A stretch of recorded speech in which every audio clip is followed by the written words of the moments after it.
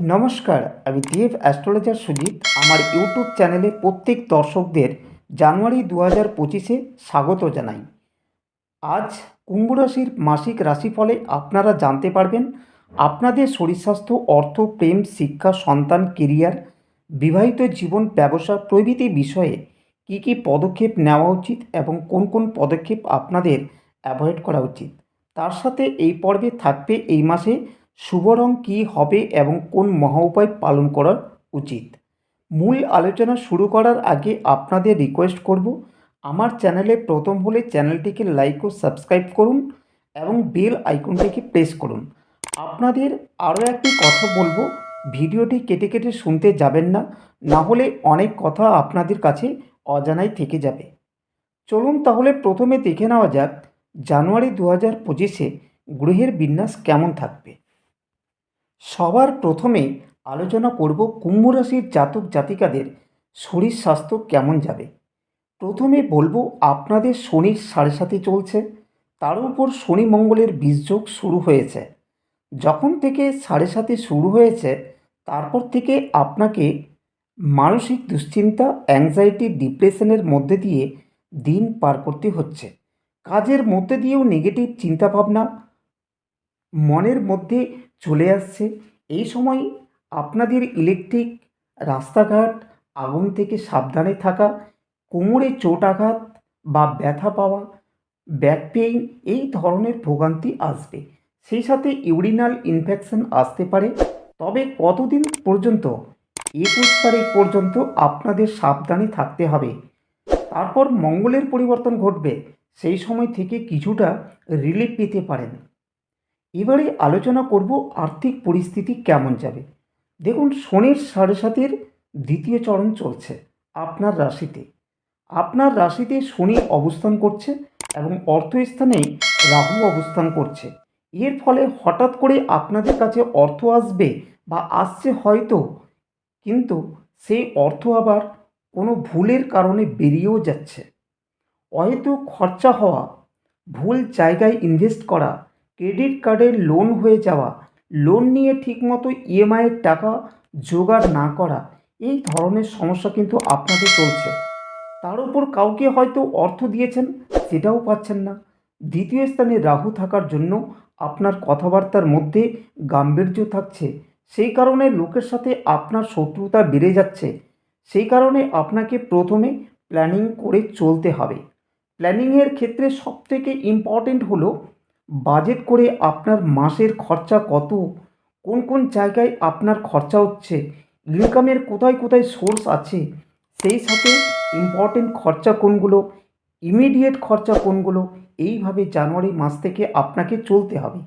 কারণ আপনার অর্থস্থানে রাহু রয়েছে এবং শনির 7.5 চলছে। এরপর শনির 7.5 তৃতীয় চরণ শুরু হবে, যদিও সেটা এপ্রিল মাসে শনির পরিবর্তন হবে এবং 18ই মে রাহুর পরিবর্তন ঘটবে। এখন থেকে সেই সব ব্যাপারে নজর দিতে হবে। যতটা পারবেন অর্থ সঞ্চয় করার চেষ্টা করবেন। সেই সাথে আমি যে মহা উপায়গুলো বলবো ভিডিও শেষে, সেটা আপনারা মন দিয়ে পালন করলে তাহলেই ভালো থাকতে পারবেন।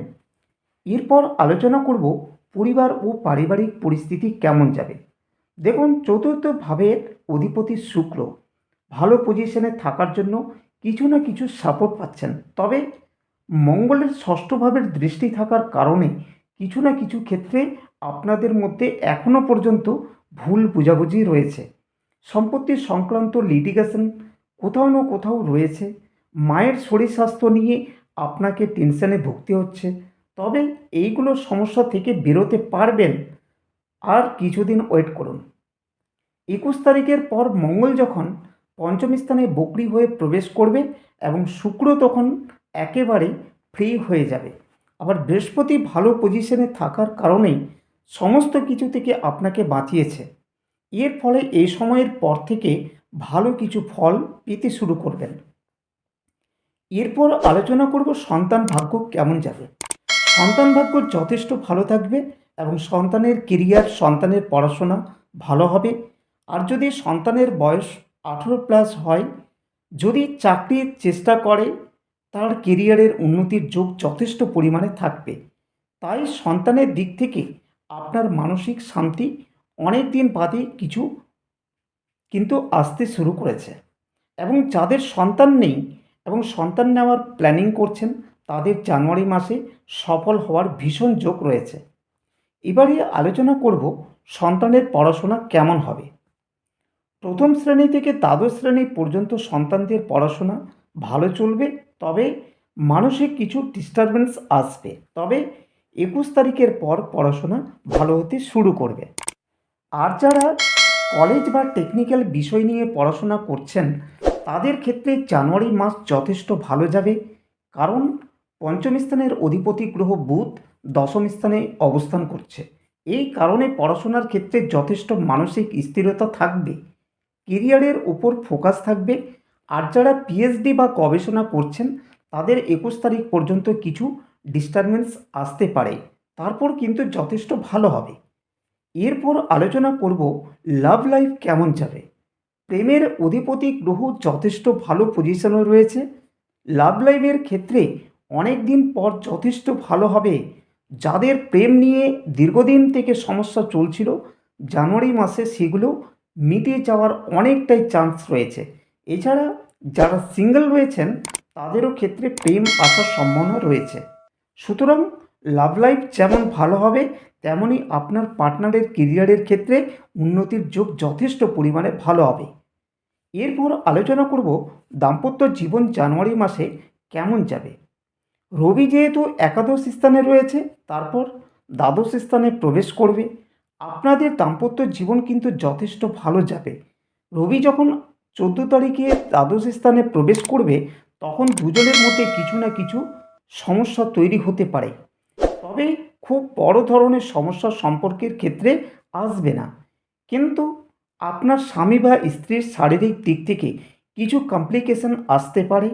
আর যাদের ডিভোর্সের মামলা চলছে, তাদের কিছু না কিছু সমস্যা 14 তারিখের আগে সমাধান হওয়ার যোগ দেখতে পাওয়া যাচ্ছে।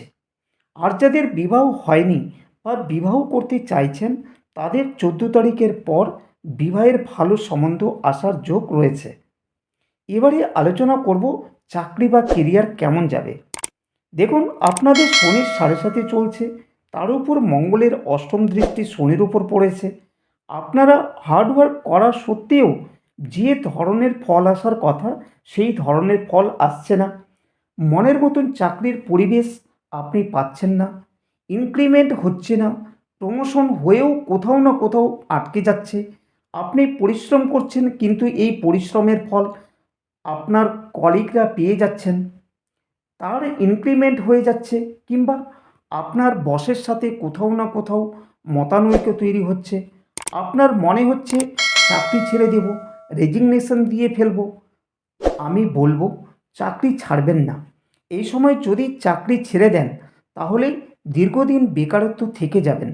আর যাদের চাকরি নেই, তাদের ক্ষেত্রেও বলবো একটু ধৈর্য ধরুন। বিশেষ করে মঙ্গল যখন পঞ্চম স্থানে প্রবেশ করবে, অর্থাৎ 21 তারিখের পর অনেকটাই ভালো ফল পেয়ে যাবেন। সেই সময় কেরিয়ারে অনেকটাই উন্নতি আসবে। শুধু নিজের মাথাটাকে ঠান্ডা রাখুন, কথাবার্তা ভালোভাবে বলার চেষ্টা করবেন, তাহলেই সব কিছু ভালো থাকবে। সর্বশেষ আলোচনা করব ব্যবসা কেমন যাবে। দেখুন, আমি বলবো আপনার ব্যবসা ভালো চলবে, কিন্তু আপনাকে বুঝে শুনে ব্যবসা করতে হবে। 14 তারিখের আগে ব্যবসা ক্ষেত্রে যা করার করুন, কিন্তু 14 তারিখের পর কাউকে ধার দেওয়া, রিস্ক নিয়ে ব্যবসা করা, কোথাও থেকে ফান্ড তোলা, এই ধরনের ব্যাপারগুলো থেকে যথেষ্ট সাবধানে থাকতে হবে। এই সময় ব্যবসা ক্ষেত্রে ব্যয় হতে পারে, ভুল ইনভেস্টের কারণে অর্থ লস হতে পারে, তাই সাবধানে থাকুন। মূল আলোচনাটি এই পর্যন্ত রইল। এবারে আলোচনা করব এই মাসের শুভ রং কী হবে এবং কী মহা উপায় পালন করবেন। তার আগে আপনাদের বলবো, আমার চ্যানেলটিকে লাইক ও সাবস্ক্রাইব না করে থাকলে এখনই করুন এবং বেল আইকনটি অবশ্যই ক্লিক করবেন। আর যাদের পরিবারে এবং নিজেদের কোনো রকম সমস্যা থাকলে আমার বুকিং নাম্বারে কল করে বুকিং করুন। চলুন তাহলে, এই মাসে আপনাদের শুভ রং থাকছে সবুজ এবং নীল। আর মহা উপায় যদি বলি, তাহলে প্রতিদিন শনি বীজ মন্ত্র পাঠ করবেন এবং শনিবার করে শনি মন্দিরে সর্ষের তেলের প্রদীপ জ্বালিয়ে আসবেন। আজ আলোচনাটি এই পর্যন্ত। আপনারা ভালো থাকবেন। ধন্যবাদ।